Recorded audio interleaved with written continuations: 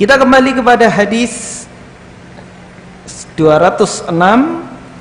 Di antara puasa yang dilarang, di antara waktu atau hari yang dilarang kita untuk berpuasa, dan di antara larangan tersebut ada yang haram, sama sekali kita tidak boleh melakukannya secara mutlak.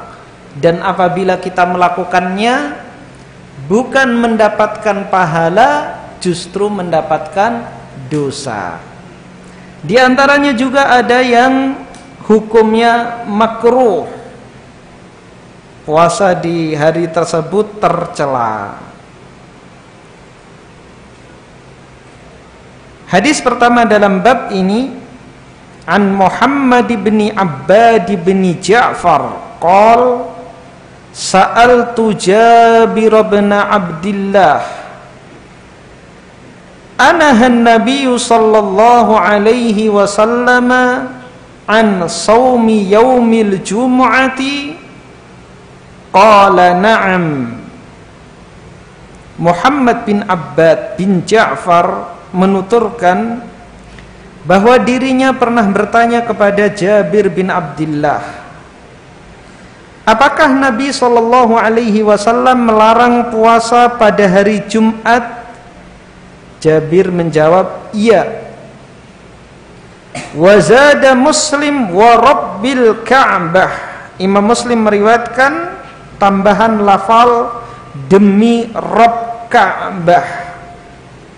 Artinya jawabannya tidak hanya sekedar na'am, tapi disertai sumpah dengan menyebut nama Allah Subhanahu wa ta'ala.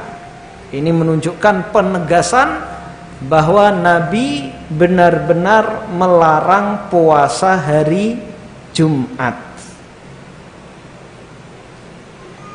Hadis yang masih semakna yaitu hadis berikutnya, hadis nomor 207, an Abi Hurairah radhiyallahu anhu qala sami'tu Rasulullah sallallahu alaihi wasallam yaqul la yasumanna ahadukum yawmal jumu'ati illa an yasuma yawman qablahu aw ba'dahu. Abu Hurairah radhiyallahu an menuturkan bahwa dirinya pernah mendengar Rasulullah sallallahu alaihi wasallam bersabda, janganlah salah seorang di antara kalian berpuasa pada hari Jumat kecuali jika dia berpuasa pada hari sebelumnya atau sesudahnya. Kita ketahui bahwa hari Jumat adalah hari besar umat Islam. Dia adalah Sayyidul Ayyam, hari yang paling mulia.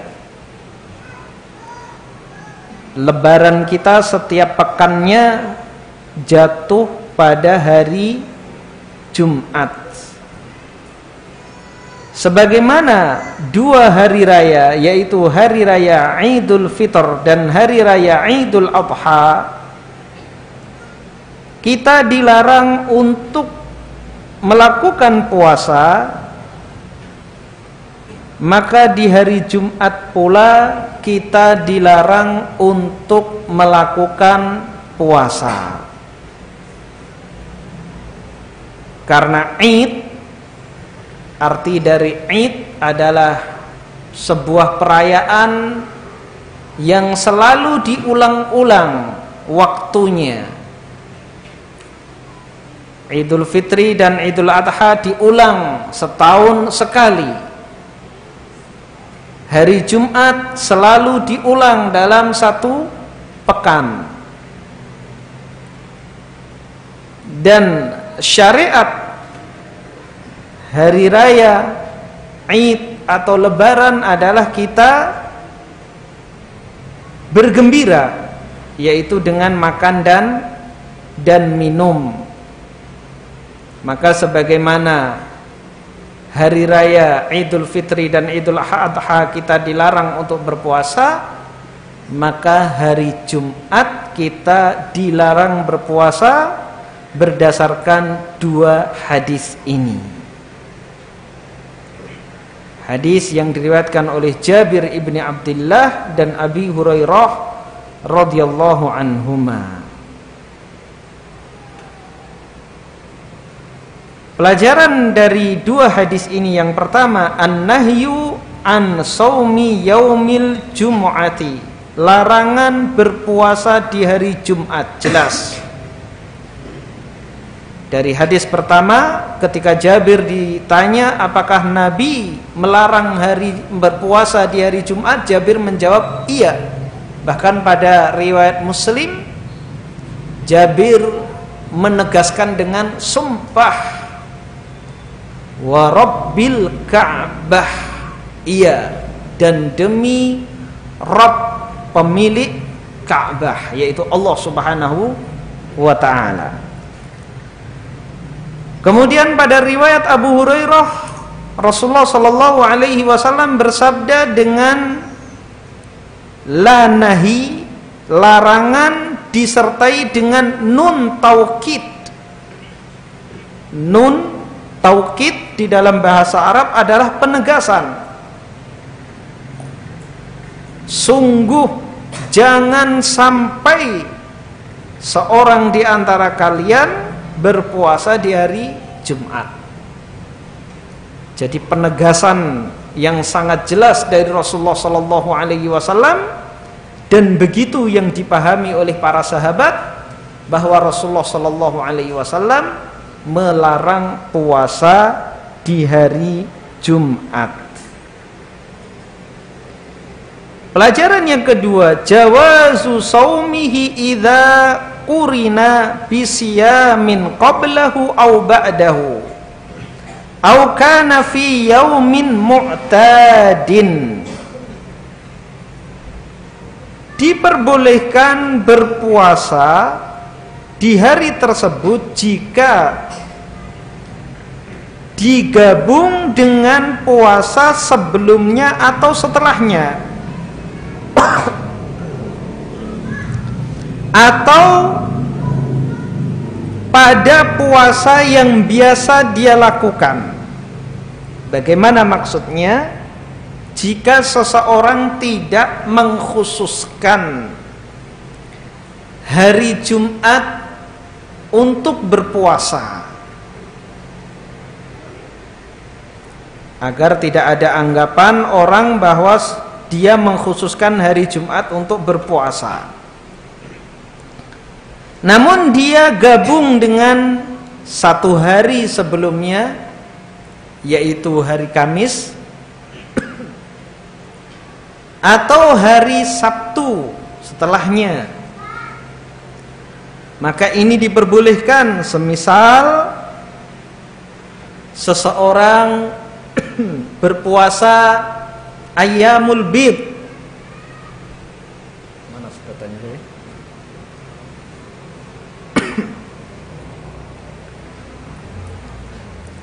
Sebagaimana hadis yang sudah kita baca, wasiat Rasulullah terhadap Abu Hurairah radhiyallahu an, apa saja?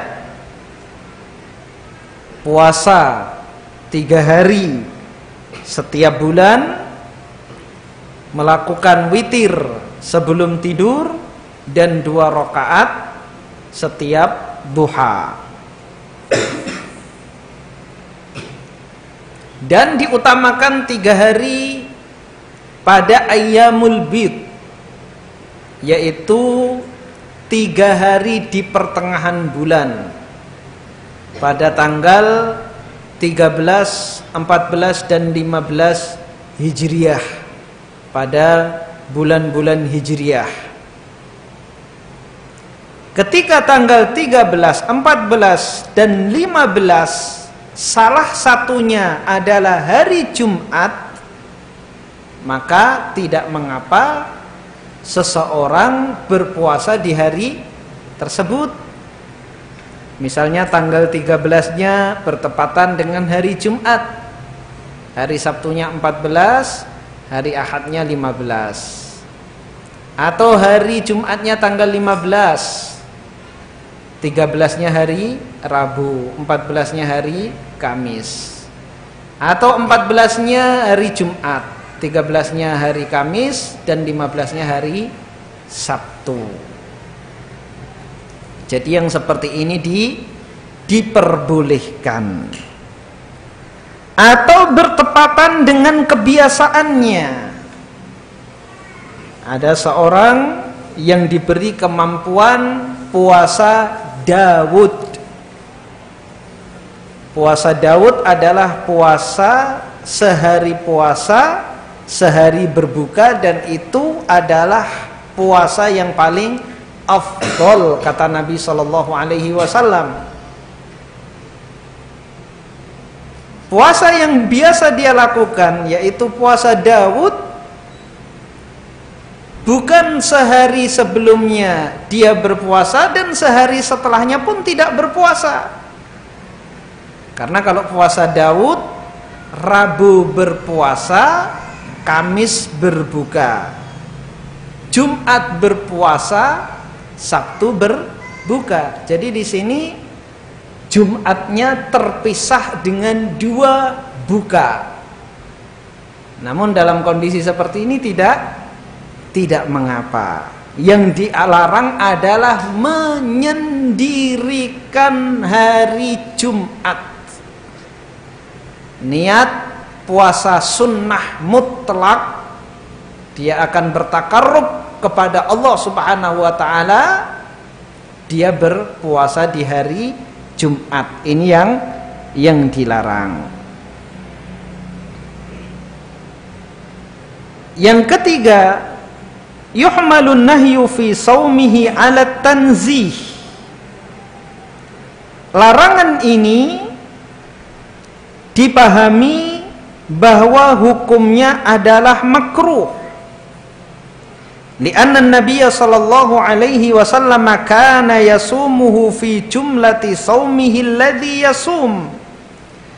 Karena Nabi sallallahu alaihi wasallam pernah berpuasa di antara puasa-puasa yang dilakukan oleh Nabi sallallahu alaihi wasallam. Dan di antara puasa yang dilakukan oleh Nabi sallallahu alaihi wasallam yang bertepatan dengan hari Jumat bukan mengkhususkan.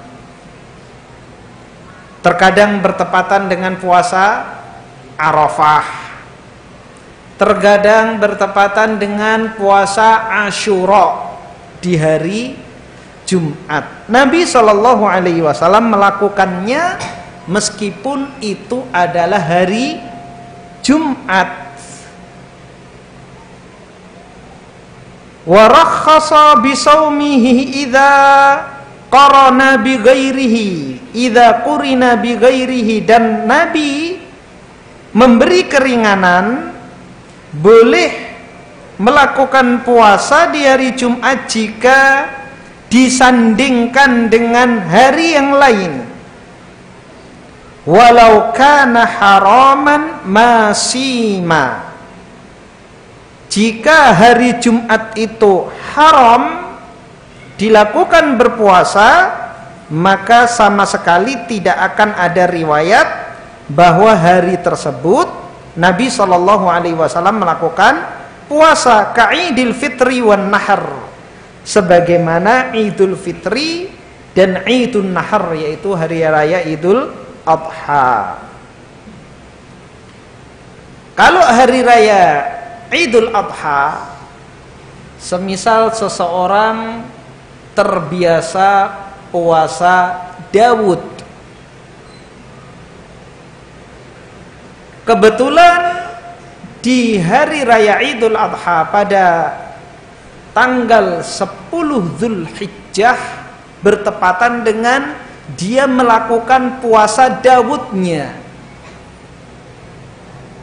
maka dia tetap terlarang. Tidak ada keringanan sedikit pun, dia boleh melakukan puasa atau bahkan bernazar. Dia bernazar jika anak saya lahir dengan selamat,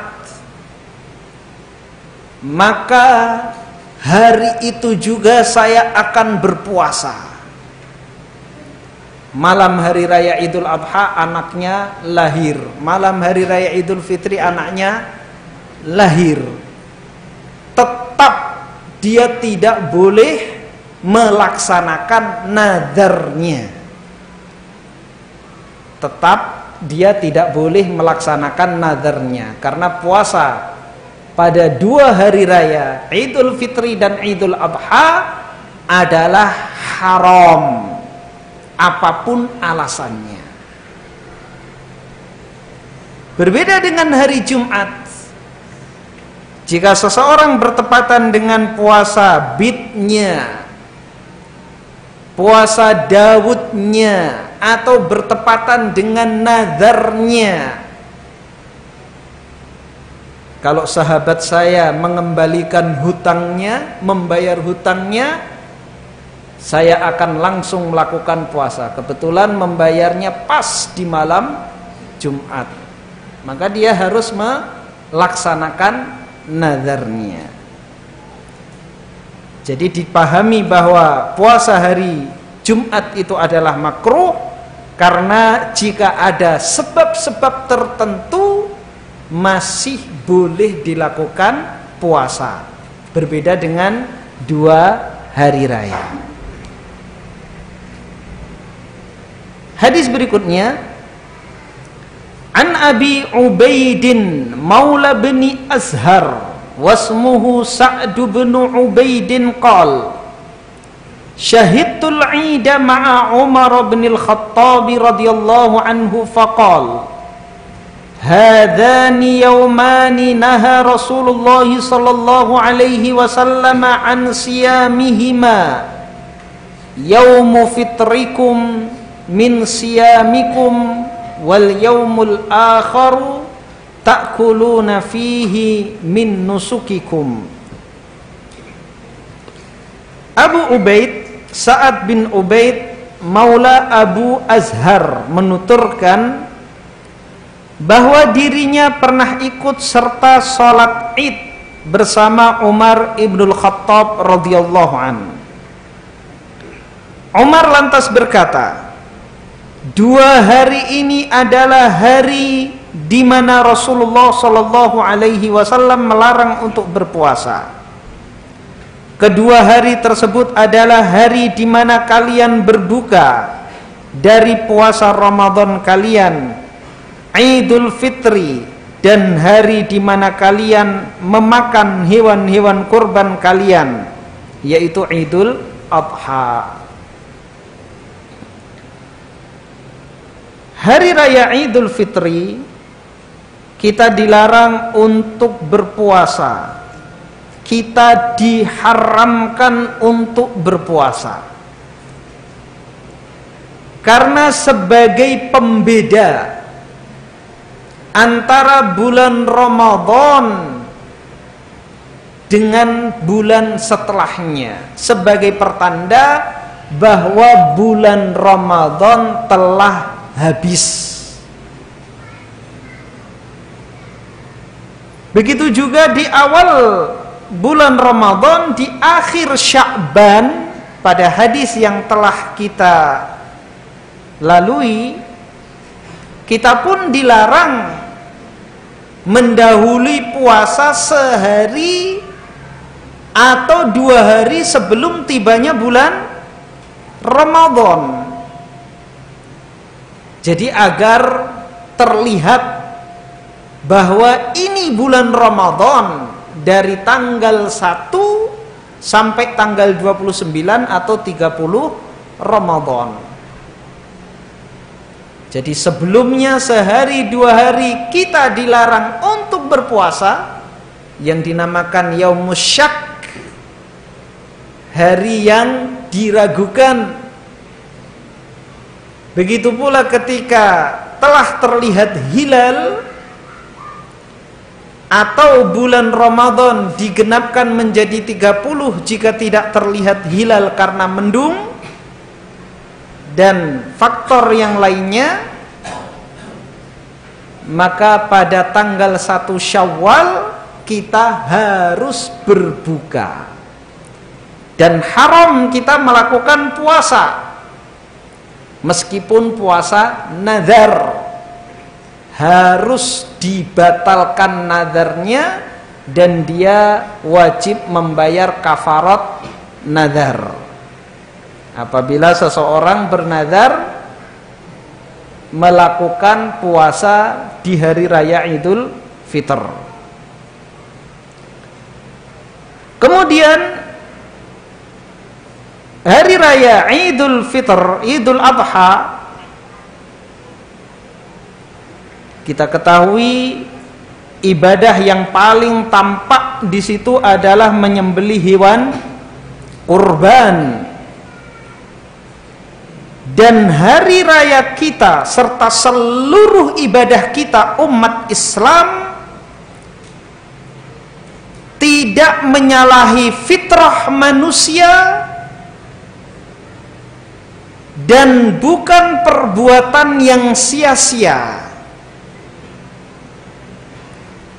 Hewan kurban yang kita sembelih, kita disyariatkan, kita diperintahkan untuk memakannya. Dan ketika makan hewan kurban tersebut, kita juga mendapatkan pahala.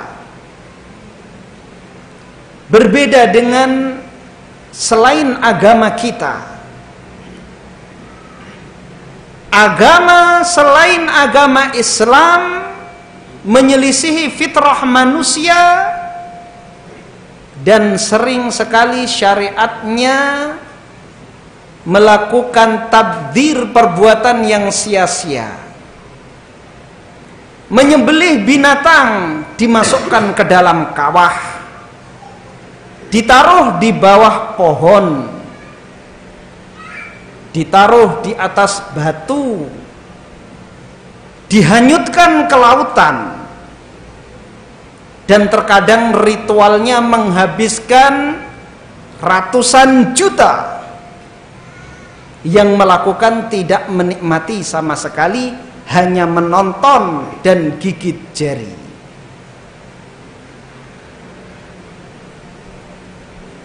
Ini adalah syariat yang bertentangan dengan akal dan fitrah manusia dan perbuatannya sia-sia.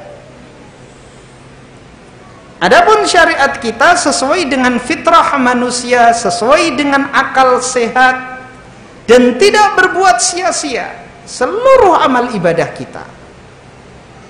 Ada manfaatnya bagi kita, tidak hanya manfaat akhirat, namun juga manfaat dunia. Ketika kita disyariatkan untuk menyembelih binatang ternak, bahimatul an'am, unta, sapi, kerbau, domba, dan kambing, bukan untuk dihanyutkan ke sungai atau ke lautan, bukan untuk dimasukkan ke dalam kawah dan itu sia-sia, kita tidak mengambil manfaat, kita diperintahkan untuk menyantapnya. Begitu juga sedekah kita, zakat kita berikan kepada saudara-saudara kita yang membutuhkan, dan mereka mendapatkan manfaat dari zakat dan sedekah kita. Maka hari raya Idul Adha syiarnya adalah menyembelih, dan diantara syiarnya juga adalah makan dari sesembelihan tersebut. Bukan dibiarkan begitu saja sampai membusuk sebagaimana yang dilakukan orang-orang di luar agama kita. Menyembelih kemudian dimasukkan ke dalam gua sampai membusuk, dan ini adalah perbuatan yang sia-sia. Beberapa pelajaran penting dari hadis ini. Yang pertama, tahrimu saumi yaumil fitri wal adha, yaumail fitri wal adha. Diharamkannya puasa di 2 hari, yaitu hari raya Idul Fitr dan hari raya Idul Adha. Yang kedua, anna shauma fihi ma la yanaqid fala yasih sawa'un kana liqadha'in aw naflin aw nadrin. Bahwasanya puasa pada 2 hari raya tersebut tidak sah, baik itu puasa mengqadha, membayar puasa Ramadan misalnya bagi yang sakit, safar, atau wanita yang haid, membayar puasanya di hari raya Idul Fitri, maka puasanya tidak sah, atau hari raya Idul Adha. Atau puasa sunnah, puasa Daud misalnya, maka puasanya tidak sah. Atau ayyamul bid, ya, kebetulan hari raya Idul Fitri atau Idul Adha bertepatan dengan tanggal 13 atau 14 atau 15, maka puasanya tidak sah. Atau puasa nazar, bukan hanya tidak sah, bahkan pelakunya bukan mendapatkan pahala, namun menanggung dosa. Yang ketiga, hikmatun nahyi an shaumihima ma asyara ilaihi fil hadits min anna Idul Fitri huwal yaumul ladzi intaha bidukhulihi syahru Ramadan fal tumayyiz wa li tu'raf hududus shaumil wajibi bil fitri. Hikmah dari larangan puasa pada 2 hari raya tersebut, sebagaimana yang diisyaratkan di dalam hadis tersebut, bahwasanya hari raya Idul Fitri adalah berakhirnya puasa Ramadan dengan masuknya bulan Syawal, ditandai dengan berbuka agar bisa dibedakan dan diketahui batasan-batasan puasa yang wajib dengan berbuka. Jadi sudah selesai waktu puasa yang wajib, jadi ditandai dengan berbuka. Maka ketika sebelum kita menghadiri tempat sholat Id, baik itu di tanah lapang, dan tanah lapang itu bukan lapangan, ya.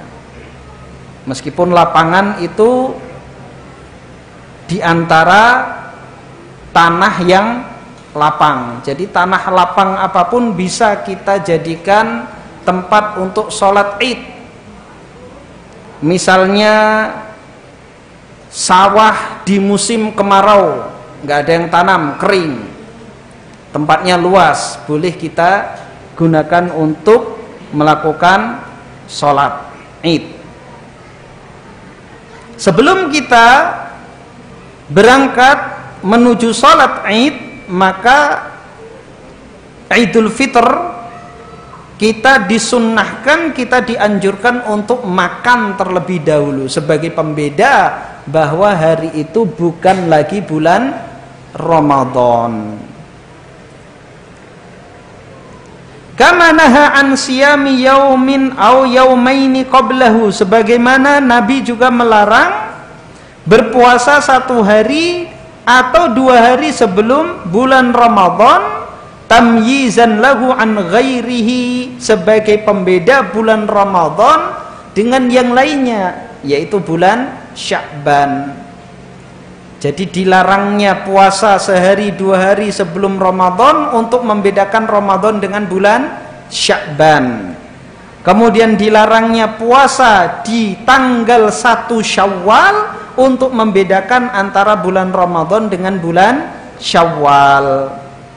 Wa ammal adha fali'annahu yaumun nusukil ladzi umira bil akli minhu. Adapun hari raya Idul Adha, karena itu adalah hari penyembelihan yang mana kita diperintahkan untuk makan dari hewan sesembelihan tersebut. Fal yubadir ilam tithali amrihi, maka hendaklah bersegera untuk melaksanakan perintahnya, bitanawuli min thayyibati rizqihi, dengan makan dari rizkinya yang baik, maka di situ tidak disyariatkan untuk berpuasa, bahkan dilarang agar kita bisa bersegera menjalankan perintah Allah, yaitu berupa makan daging di hari raya Idul Adha. Jadi ketika sudah disembelih, segera kita nikmati. Itu juga merupakan sunnah. Jadi meskipun kita tidak berpuasa, namun kita mengulur-ngulur makan dagingnya, padahal kita mampu, ini pun juga tidak terpuji. Yang sunnah adalah bersegera. Begitu daging sudah siap, segera kita memasaknya, segera kita santap. Jangan dimasukkan ke freezer, nunggu selesai bulan Dzulhijjah, Muharram baru dimakan. Jadi segera disantap. Itu adalah syiar hari raya Idul Adha. Falaisa minal adabi wal yaqatil radu an diyafatil karim, maka bukan termasuk dari adab seseorang yang berpaling dari jamuan Allah Subhanahu wa taala. Jadi ini adalah jamuan dari Allah Subhanahu wa taala yang Maha Pemurah. Sebagaimana kita kalau dijamu ya, kita biarkan sampai tuan rumahnya bosan, maka ini bukan adab. Tapi segera, begitu dipersilahkan, segera disantap. Jangan malu-malu, kucing.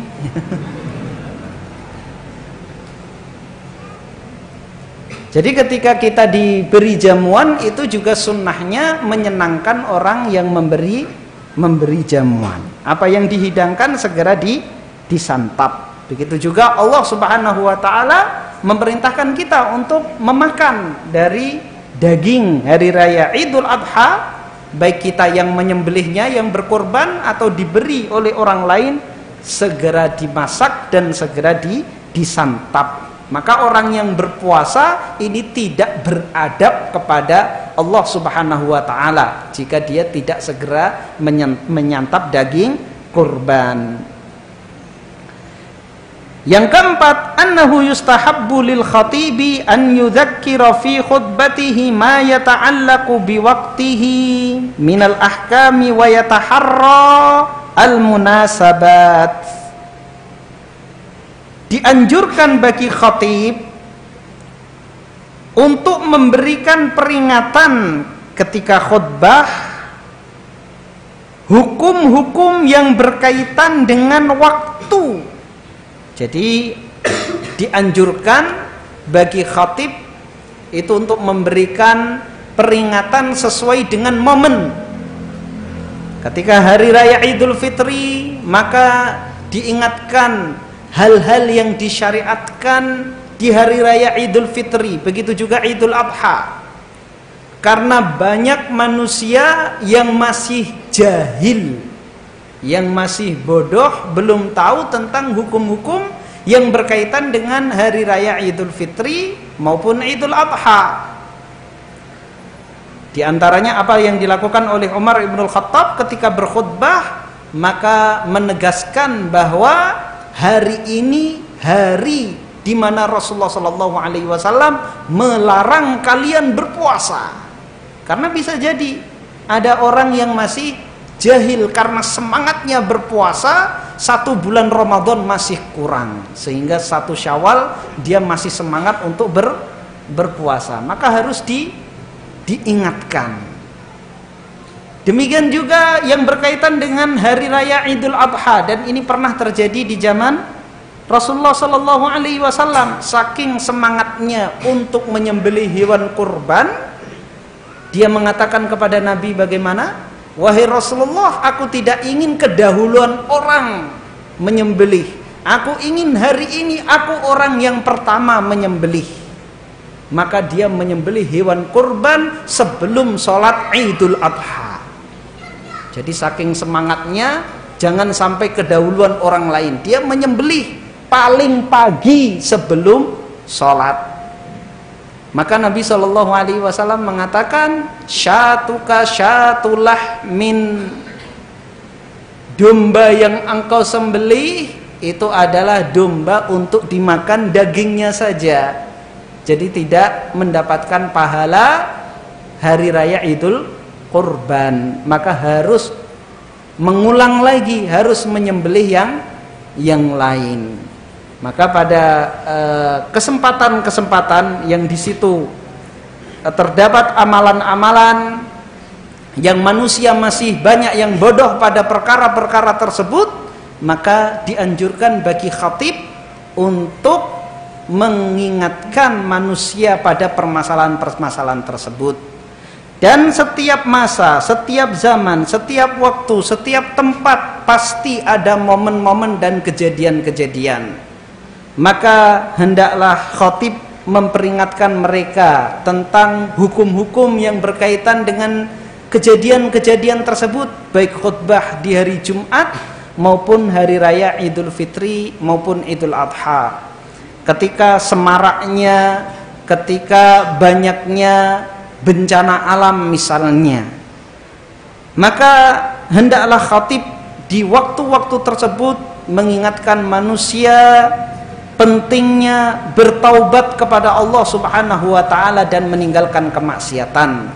Karena tidaklah terjadi bencana alam, baik itu gempa bumi, tanah longsor, kecuali karena dosa-dosa yang dilakukan oleh manusia. Maka tidak ada cara agar kita selamat dari berbagai bencana tersebut kecuali dengan meninggalkan maksiat dan segera bertobat kepada Allah Subhanahu wa taala. Semisal ada booming praktek bisnis yang haram, orang berduyun-duyun ke situ. Orang berduyun-duyun ingin menggandakan uangnya misalnya. Maka khatib di hari Jumat hendaklah segera mengingatkan kaum muslimin agar jangan sampai jatuh banyak korban. Jangan nunggu ada korban baru diberi peringatan. Begitu banyak orang berbondong-bondong menggandakan uangnya ke Dimas Kanjeng taat pribadi. Namanya unik sekali. Maka beri peringatan kepada manusia.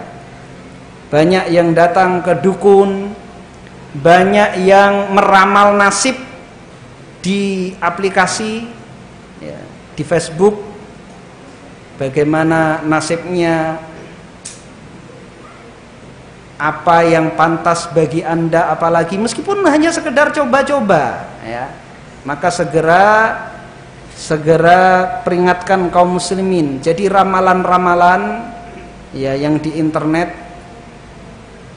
kita tahu orang yang bertanya kepada dukun maka sholatnya tidak akan diterima 40 hari. Jadi jangan main-main dengan dukun, jangan main-main dengan dukun, meskipun hanya untuk sekedar cengar-cengir, senyum-senyum. Senang kalau dikatakan nanti kamu jadi gubernur, tahun depan jadi gubernur, meskipun dia tahu bahwa itu adalah palsu. Tapi dengan meramaikan aplikasi tersebut, maka akan semakin banyak orang yang kenal, dan mayoritas manusia itu bodoh dan tidak tahu hukum. Akhirnya orang-orang bodoh mengetahui aplikasi tersebut dari kita yang main-main, kita main-main, dianya beneran. Maka kita menanggung dosa dari orang yang mengikuti kita. Jadi jangan main-main dengan kemaksiatan. Jadi sekali lagi hendaklah para khatib mengingatkan, melihat momen apa yang terjadi di masyarakat dan segera menegakkan amar ma'ruf dan nahi mungkar. Hadis berikutnya, An Abi an Abi Sa'idin al-Khudri radhiyallahu anhu qala naha Rasulullah sallallahu alaihi wasallam an shaumi yaumaini an nahri wal fitri wa an istimali sammai wa an yahtabiyar rajulu fi thawbin wahidin wa anis salati ba'da subhi wal asri.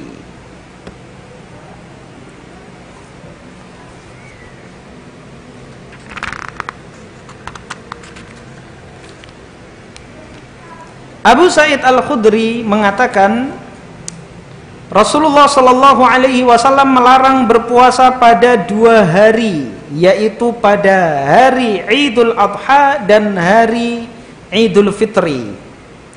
Beliau juga melarang somma, ittiba, salat sesudah subuh dan asar. Di sini ada dua perkara yang dilarang oleh Rasulullah. 2 puasa, 2 pakaian, dan 2 sholat. 2 puasa yang dilarang oleh Rasulullah Sallallahu Alaihi Wasallam adalah hari raya Idul Fitri dan hari raya Idul Adha. Kemudian 2 sholat, yaitu sholat sesudah sholat subuh dan sholat sesudah sholat asar. Kemudian 2 cara berpakaian. Adzan.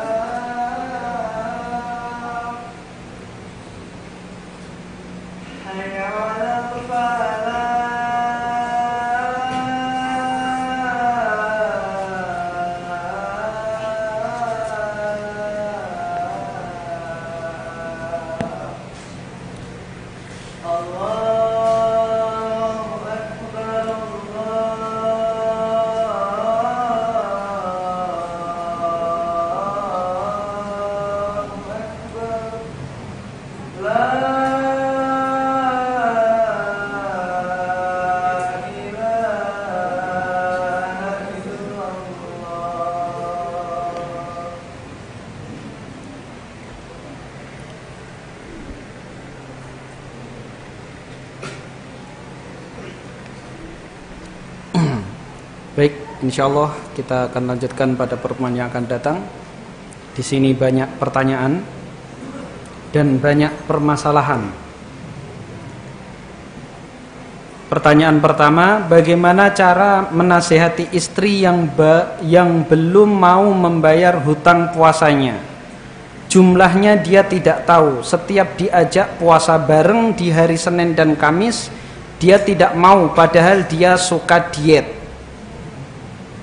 Ya.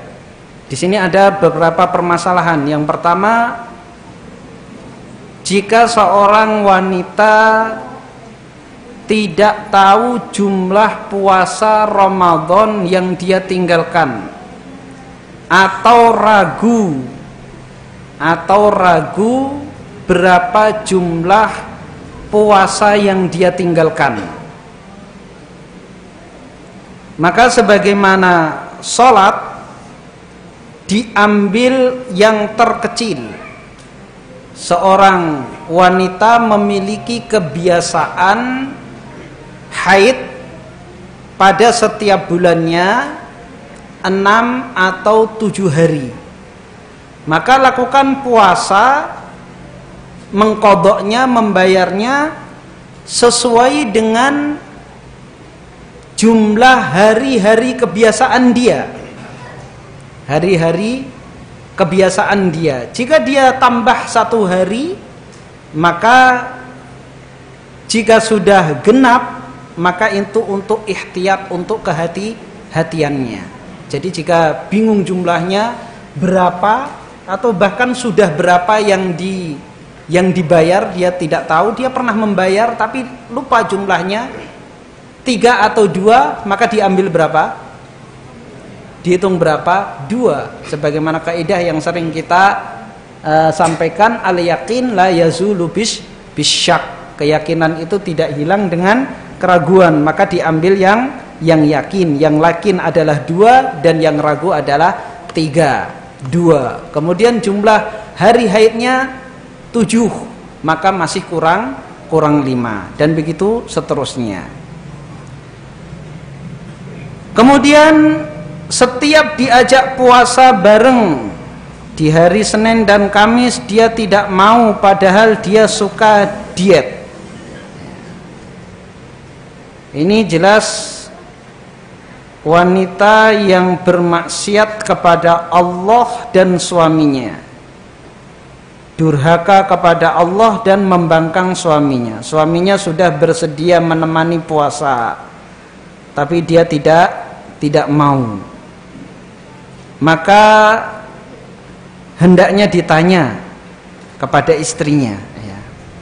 Dan tentunya pertanyaan ini baru dari satu pihak. Tentunya untuk mendapatkan jawaban yang bijak harus dari kedua belah pihak. Kenapa wanita ini diajak suami yang sedemikian solehnya? Jarang loh suami yang mau puasa Senin Kemis mau menemani istrinya membayar puasa. Kenapa kok sampai tidak mau? Ya. Banyak istri yang menginginkan untuk bisa berpuasa tapi tidak didukung oleh suaminya. Banyak istri yang hanya ingin hadir rutin di majelis taklim tapi tidak didukung oleh suaminya. Ini suaminya sudah mendukung sedemikian rupa, memberikan dorongan, motivasi, namun istrinya tidak mau. Kenapa? Ini harus dikorek. Setelah kita mendengar jawaban dari sang istri ini, mungkin kita bisa memberikan jawaban yang bijak. Yang kedua, bagaimana hukum puasa di hari lahir setiap minggunya, yaitu hari Jumat? Apa boleh, tidak boleh? Dengan dalil Nabi puasa hari lahirnya Senin. Nabi SAW puasa Senin dan Kamis, dan itu menjadi syariat Islam, disunnahkan kita puasa Senin Kamis, dan itu Nabi, sedangkan Anda bukan Nabi. Jika Anda merayakannya dengan puasa, maka puasanya adalah bukan puasa sunnah tapi puasa bid'ah. 3, bagaimana ciri istri sudah bersih dari haid? Karena setiap disuruh sholat dijawab masih coklat, belum bersih. Iya, apakah pertanyaan ketiga ini istri yang sama pada istri yang pertama? Pada pertanyaan pertama mungkin sama. Susah diajak puasa, susah diajak sholat. Ini tipe istri yang malas beribadah, ya. Bisa jadi ini hanya sekedar alasan. Maka penting bagi suami untuk memahami fikih toharoh, membedakan antara darah haid dengan darah istihadah, ya. Kita sudah sampaikan di awal kajian kitab Umdatul Ahkam ini bagaimana cara membedakan darah haid dan darah istihadah, dan mudah sekarang dicari di internet, ya, di situs muslimah.org.id, ya.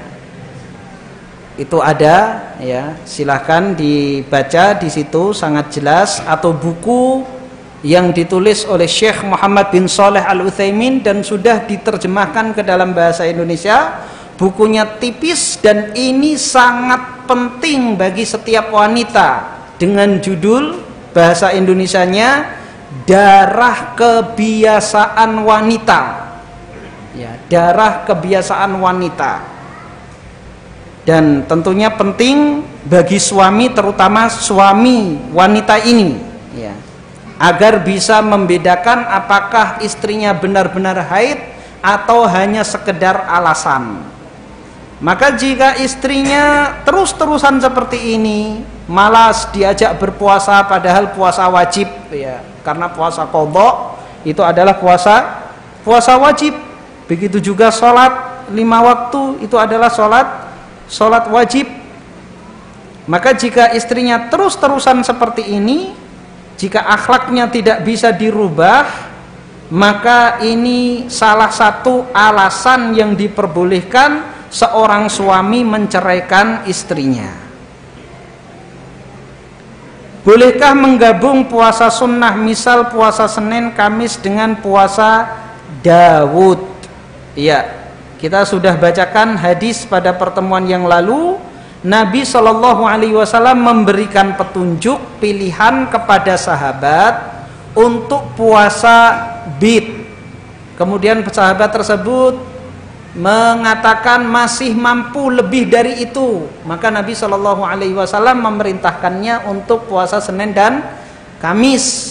Sahabat itu mengatakan aku masih kuat, maka dia mengatakan mampu melakukan lebih dari itu, maka Nabi SAW memerintahkannya untuk puasa Daud. Sahabat ini mengatakan masih mampu melakukan lebih dari itu. Nabi tidak mengatakan gabungkan bid, Daud plus Senin, Kamis dan seterusnya, tidak. Tapi itu tidak ada yang lebih afdal dari puasa Daud. Jadi dipilih sesuai dengan kemampuan kita dan tidak mengganggu tugas kita yang berkaitan dengan orang lain. Tentunya masing-masing kita mengetahui bagaimana kapasitas kita. Yang terakhir, apakah usaha penginapan kami bila di booking jamaah apa ini? Big Event Haul 65 bulan Maret nanti dihukumi haram karena ada unsur tolong menolong dalam kebid'ahan. Ya.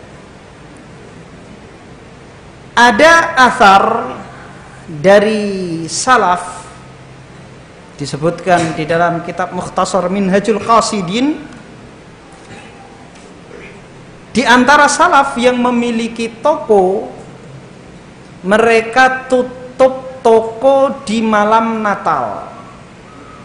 Ini tingkatan warok, tingkatan kehati-hatian. dia berhati-hati jangan sampai barangnya dibeli kemudian untuk perayaan Natal.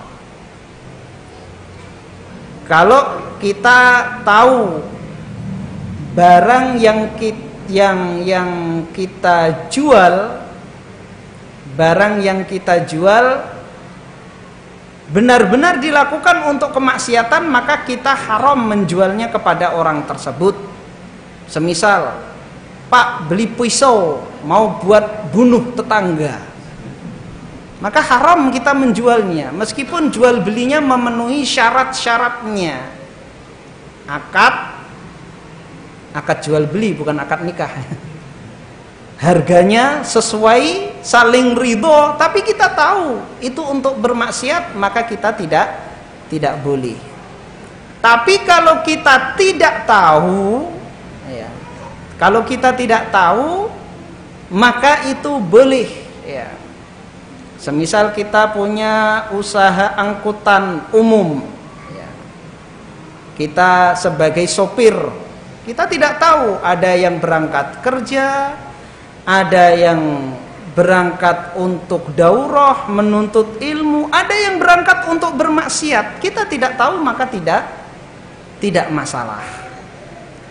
Kalau ada indikasi kuat, ya, adanya tanda-tanda bahwa apa yang kita berikan dalam kita menjual, baik menjual barang atau menjual jasa, itu dipakai untuk kemaksiatan, ya. Ada indikasi besar, ya.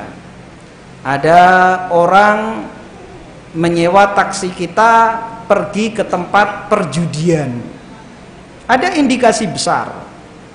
Bisa jadi dia berjudi, bisa jadi tidak, ya. Bisa jadi dia turun di situ, namun rumahnya dia di belakang tempat judi, ya. Tapi ada indikasi. Maka sifat warok, ya, kehati-hatian, kita tidak menerima, tidak melayani adalah dianjurkan dan tidak diwajibkan. Dianjurkan kita untuk tidak melayani, tapi tidak wajib, kecuali kita yakin, Mas antar saya ke tempat judi ini, saya hasil panen saya ini biar dapat uang lebih banyak, biar bisa menguliahkan anak saya akan beli togel. Kita tahu, maka dilarang kita melayani. Tapi kalau ada indikasi, maka sebaiknya tidak dilayani meskipun tidak wajib. Wallahu taala alam bissawab. Wa sallallahu ala nabiyyina Muhammadin wa ala alihi wa sahbihi wasallam. Wa akhiru da'wana alhamdulillahi rabbil alamin. Assalamualaikum warahmatullahi wabarakatuh.